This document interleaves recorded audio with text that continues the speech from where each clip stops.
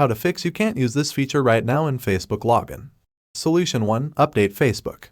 Open your App Store, Google Play Store for Android or Apple App Store for iOS. Search for Facebook in the search bar. If you see an option to update, tap on it. Wait for the update to complete.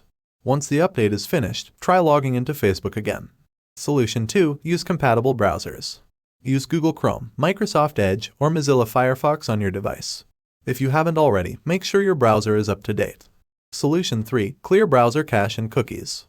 For Google Chrome, tap the three-dot menu icon in the top right corner. Select Settings. Scroll down and click on Privacy and Security. Choose Clear Browsing Data. Check the boxes next to cached images and files and cookies and other site data. Tap Clear Data. After completing any of these solutions, try logging into Facebook again to see if the issue is resolved. If not, you may need to reach out to Facebook support for further assistance. Thanks for tuning in. We hope these solutions helped you resolve the "you can't use this feature right now" problem on Facebook login. If you found this video helpful, don't forget to give it a thumbs up and subscribe for more tech tips. Until next time, happy scrolling.